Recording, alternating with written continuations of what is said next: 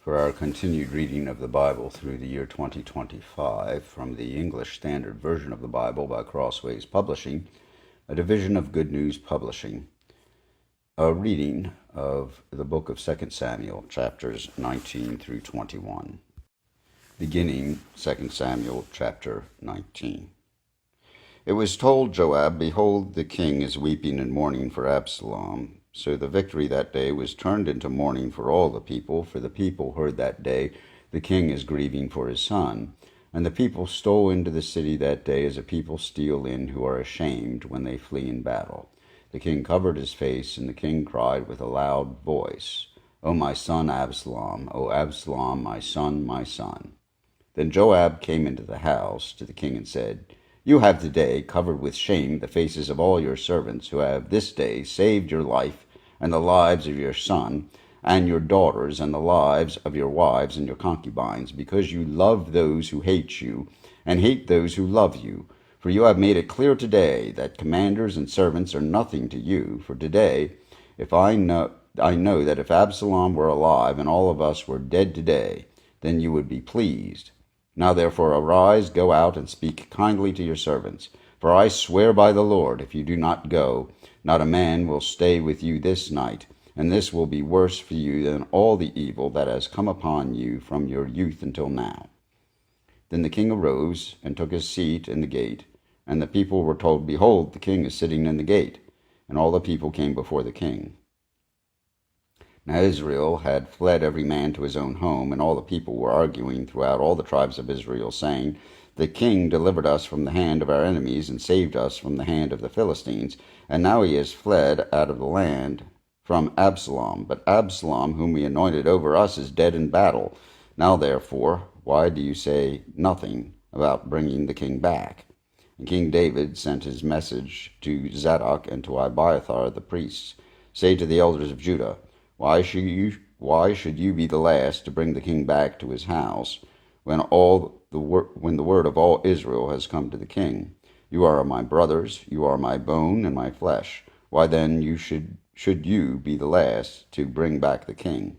And say to Amasa, Are you not my bone and my flesh? God do to me and more also, if you are not commander of my army from now on in place of Joab."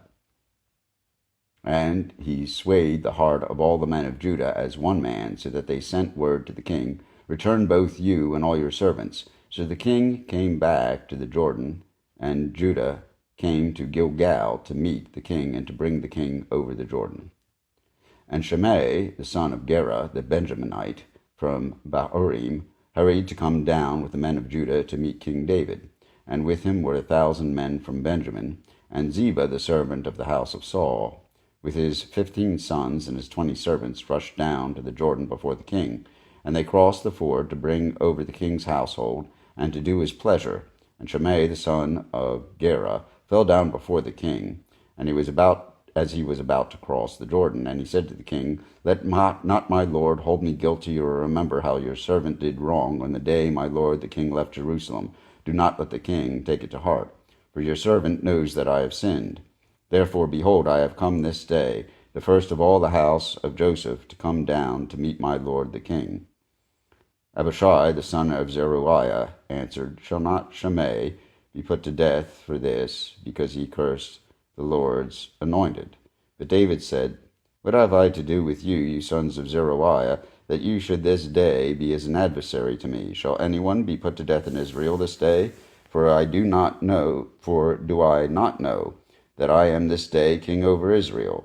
And the king said to Shimei, "You shall not die." And the king gave him his oath. And Mephibosheth, the son of Saul, came down to meet the king. He had neither taken care of his feet, nor trimmed his beard, nor washed his clothes from the day the king departed until the day he came back in safety. And when he came to Jerusalem to meet the king said to him, "Why did you not go with me, Mephibosheth?" He answered, "My Lord, O king, my servant deceived me, for your servant said to him, I will saddle a donkey for myself, that I may ride on it and go with the king, for your servant is lame. He has slandered your servant to my lord the king. But my lord the king is like the angel of God. Do therefore what seems good to you. For all my father's house were but men doomed to death before my lord the king, but you set your servant among those who eat at your table. What further right have I than to cry to the king?" And the king said to him, "Why speak any more of your affairs? I have decided, you and Ziba shall divide the land." And Mephibosheth said to the king, "Oh, let him take it all, since my lord the king has come safely home." Now Barzillai the Gileadite had come down from Rogelim, and he went on with the king to the Jordan to escort him over the Jordan. Barzillai was a very aged man, 80 years old. He had provided the king with food while he stayed at Mahanaim, for he was a very wealthy man. And the king said to Barzillai, "Come over with me, and I will provide for you with me in Jerusalem." But Barzillai said to the king, "How many years have I still to live that I should go up with the king to Jerusalem? I am this day 80 years old. Can I discern what is pleasant and what is not? Can your servant taste what he eats and what he drinks? Can I still listen to the voice of singing men and singing women? Why then should your servant be an added burden to my lord the king? Your servant will go a little way over the Jordan with the king. Why should the king repay me with such a reward? Please let your servant return, that I may die in my own city, near the grave of my father and my mother. But here is your servant Chimham. Let him go over with my lord the king, and do for him whatever seems good to you." And the king answered, "Chimham shall go over with me, and I will do for him whatever seems good to you, and all that you desire of me I will do for you." Then all the people went over the Jordan, and the king went over, and the king kissed Barzillai and blessed him, and he returned to his own home. The king went on to Gilgal, and Chimham went on with him. All the people of Judah, and also half the people of Israel, brought the king on his way. Then all the men of Israel came to the king and said to the king, "Why have our brothers, the men of Judah, stolen you away and brought the king and his household over the Jordan, and all David's men with him?" All the men of Judah answered the men of Israel, "Because the king is our close relative. Why then are you angry over this matter? Have we eaten at all at the king's expense, or has he given us any gift?" And the men of Israel answered the men of Judah, "We have 10 shares in the king, and in David also we have more than you. Why then did you despise us? Were we not the first to speak of bringing back our king?" But the words of the men of Judah were fiercer than the words of the men of Israel. Now there happened to be there a worthless man whose name was Sheba, the son of Bichri, a Benjaminite. And he blew the trumpet and said, "We have no portion in David, and we have no inheritance in the son of Jesse. Every man to his tents, O Israel." So all the men of Israel withdrew from David and followed Sheba, the son of Bichri. But the men of Judah followed their king steadfastly from the Jordan to Jerusalem. And David came to his house at Jerusalem, and the king took the 10 concubines whom he had left to care for the house, and put them in a house under guard, and provided for them.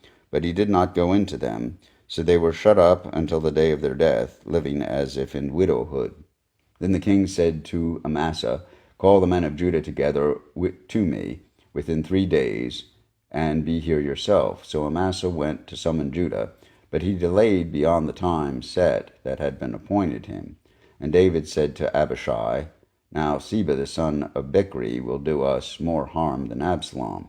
Take your lord's servants and pursue him, lest he get himself to fortified cities and escape from us." And there went out after him Joab's men, and the Cherethites, and the Pelethites, and all the mighty men. They went out from Jerusalem to pursue Sheba the son of Bichri. When they were at the great stone that is at Gibeon, Amasa came to meet them. Now Joab was wearing a soldier's garment, and over it was a belt with a sword in its sheath, fastened on his thigh. As he went forward, it fell out, and Joab said to Amasa, "Is it well with you, my brother?" And Joab took Amasa by the beard with his right hand to kiss him. But Amasa did not observe the sword that was in Joab's hand. So Joab struck him with it in the stomach, and spilled out his entrails to the ground without striking a second blow, and he died. Then Joab and Abishai his brother pursued Sheba the son of Bichri. And one of Joab's young men took his stand by Amasa and said, "Whoever favors Joab and whoever is for David, let him follow Joab." and Amasa lay wallowing in his blood in the highway, and anyone who came by seeing him stopped. And when the man saw that all the people stopped, he carried Amasa out of the highway into the field, and threw a garment over him. When he was taken out of the highway, all the people went on after Joab to pursue Sheba the son of Bichri. And Sheba passed through all the tribes of Israel to Abel of Beth-maachah, and all the Bichrites assembled and followed him in. And all the men who were with Joab came and besieged him in Abel Beth-maachah, and they cast up a mound against the city, and it stood against the rampart, and they were battering the wall to throw it down. Then a wise woman called from the city, Listen, listen, tell Joab, come here, that I may speak to you. And he came near her, and the woman said, Are you Joab? He answered, I am. Then she said to him, Listen to the words of your servant. And he answered, I am listening. Then she said, They used to say in former times, Let them ask counsel at Abel, and so they settled a matter. I am one of those who are peaceable and faithful in Israel. You seek to destroy a city that is a mother in Israel. Why will you swallow up the heritage of the Lord? Joab answered, Far be it from me, far be it, that I should swallow up or destroy. That is not true, but a man of the hill country of Ephraim, called Sheba, the son of Bichri, has lifted up his hand against King David. Give him up alone, and I will withdraw from the city. And the woman said to Joab, Behold, his head shall be thrown to you over the wall. Then the woman went to all the people in her wisdom, and they cut off the head of Sheba the son of Bichri, and threw it out to Joab. So he blew the trumpet, and they dispersed from the city, every man to his home. And Joab returned to Jerusalem to the king. Now Joab was in command of all the army of Israel, and Benaiah the son of Jehoiada was in command of the Cherethites and the Pelethites, and Adoram was in charge of the forced labor, and Jehoshaphat the son of Ahilud was the recorder, and Sheva was secretary, and Zadok and Abiathar were priests, and Ira the Jerite was also David's priest. Now there was a famine in the days of David for 3 years, year after year, and David sought the face of the Lord, and the Lord said, There is blood guilt on Saul and on his house, because he put the Gibeonites to death. So the king called the Gibeonites and spoke to them. Now the Gibeonites were not of the people of Israel, but of the remnant of the Amorites. Although the people of Israel had sworn to spare them, Saul had sought to strike them down in his zeal for the people of Israel and Judah. And David said to the Gibeonites, What shall I do for you? And how shall I make atonement, that you may bless the heritage of the Lord? The Gibeonites said to him, It is not a matter of silver or gold between us and Saul or his house, neither is it for us to put any man to death in Israel.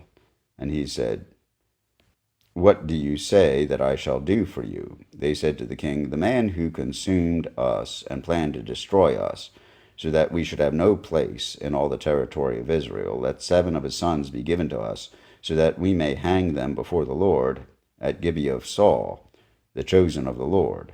And the king said, I will give them.